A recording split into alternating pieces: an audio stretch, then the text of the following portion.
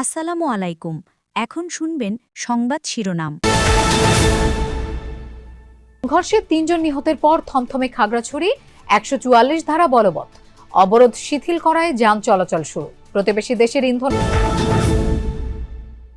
বাংলাদেশের সুষ্ঠু নির্বাচন আয়োজনে পাশে থাকবে যুক্তরাজ্য, জানালেন ব্রিটিশ হাই কমিশনার। ইসিতে বৈঠক করেছেন ৩ গণহত্যার মামলায় শেখ হাসিনা সহ ৩ জনের বিরুদ্ধে তদন্ত কর্মকর্তার সাক্ষ্য। সাবেক ২ এমপি সহ ১৩ আওয়ামী লীগ নেতাকর্মী গ্রেফতার। মহাসপ্তমীতে বিহিত পূজার আনুষ্ঠানিকতা, চক্ষুদানে দেবীর প্রাণ প্রতিষ্ঠা, মন্ত্র আরতিতে মণ্ডপে মণ্ডপে চলছে। আসসালামু আলাইকুম। এতক্ষণ শুনছিলেন সংবাদ শিরোনাম, এখন শুনবেন বিস্তারিত। সংঘর্ষে ৩ জন নিহতের ঘটনায় এখনও থমথমে পার্বত্য জেলা খাগড়াছড়ি। বলবৎ রয়েছে অনির্দিষ্টকালের ১৪৪ ধারা।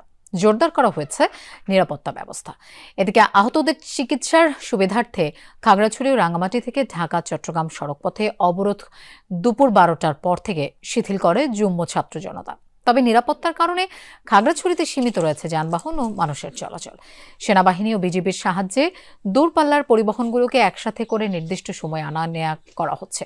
গতরাতে যুগ্ম ছাত্র জনতার নামে ফেসবুকে ৩ পার্বত্য জেলায় অনির্দিষ্টকালের অবরোধের ডাক দেওয়া হয়। বান্দরবান ও রাঙ্গামাটির জনজীবন স্বাভাবিক রয়েছে।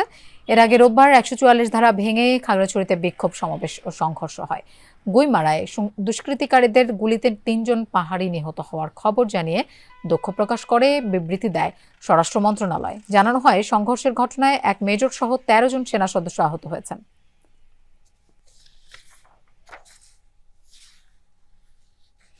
প্রতিবেশী দেশ ও ফ্যাসিবাদের দোসরদের ইন্ধনে খাগড়াছড়িতে অস্থিরতা তৈরি হচ্ছে, এই অভিযোগ করেছেন স্বরাষ্ট্র উপদেষ্টা অবসরপ্রাপ্ত লেফটেন্যান্ট জেনারেল জাহাঙ্গীর আলম চৌধুরী। রাজধানীর রমনায় ডিএমপির ৫টি থানার ভবন নির্মাণের উদ্বোধন শেষে সাংবাদিকদের প্রশ্নের জবাবে একথা বলেন তিনি। উপদেষ্টা আরও বলেন, একটা মহল চায় পূজা যেন উৎসব মুখর না হয়, সেজন্য খাগড়াছড়িতেই ঘটনা ঘটানো হয়েছে। অনেক সন্ত্রাসী পাহাড় থেকে গুলি করছে বলেও জানান উপদেষ্টা। তবে এখন পরিস্থিতি নিয়ন্ত্রণে আছে। স্বরাষ্ট্র উপদেষ্টা বলেন, পার্বত্য উপদেষ্টা খাগড়াছড়িতে আইনশৃঙ্খলা বাহিনীর সাথে কথা বলছেন। আজকে পড়া পর্যটকদের বেশিরভাগকে ফিরিয়ে আনা হয়েছে। যে উৎসবটা যেন ভালোভাবে এবং ধর্মীয় উদ্দীপনার সাথে এবং উৎসব মুখরভাবে হইতে না পারে, এই জন্য একটা মহল কিন্তু আসছে জাতীয় সংসদ নির্বাচনে পোলিং এজেন্টদের ট্রেনিং ও নিরপেক্ষ নির্বাচনের জন্য যুক্তরাজ্য সব ধরনের সহায়তা করবে। সিএসসির সাথে বৈঠক শেষে জানিয়েছেন British High Commissioner Sarah cook.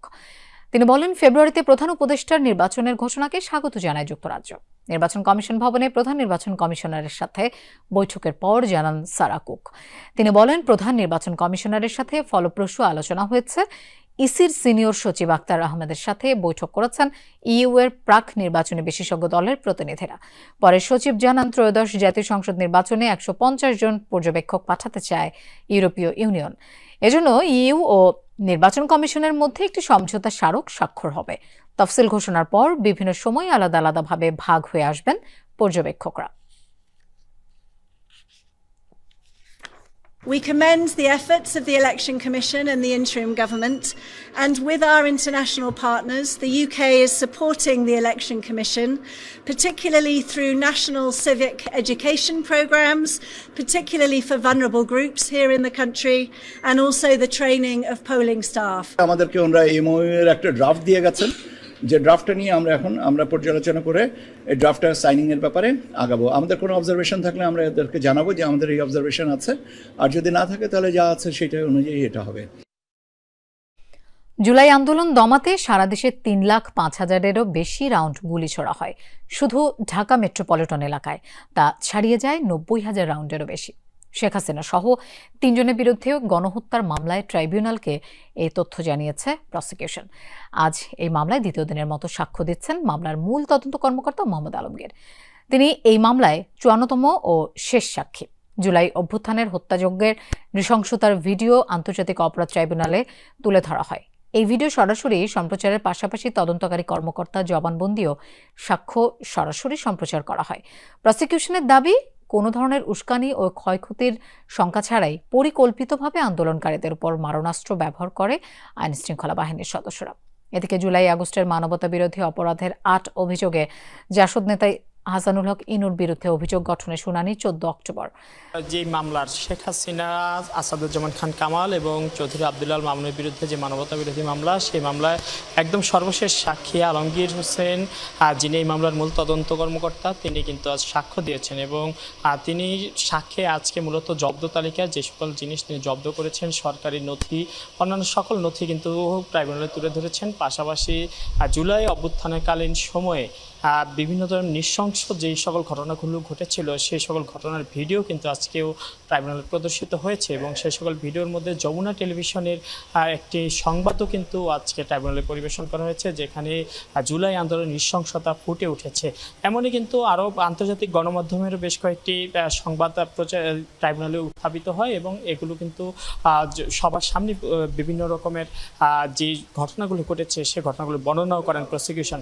এবং পরবর্তীতে আজকে আরও এই বিরতি চলছে, এখন বিরতির পরে আরও সাক্ষ্য গ্রহণ হবে এবং সেই সাক্ষ্য গ্রহণে হয়তো আরও কয়েকটি ভিডিও উপস্থাপিত হতে পারে। পাশাপাশি যে সকল বিষয় রয়েছে, যে আন্দোলনকে কেন্দ্র করে যে সকল ঘটনা ঘটেছে তার বর্ণনাও কিন্তু এই তদন্ত কর্মকর্তা তুলে ধরবেন।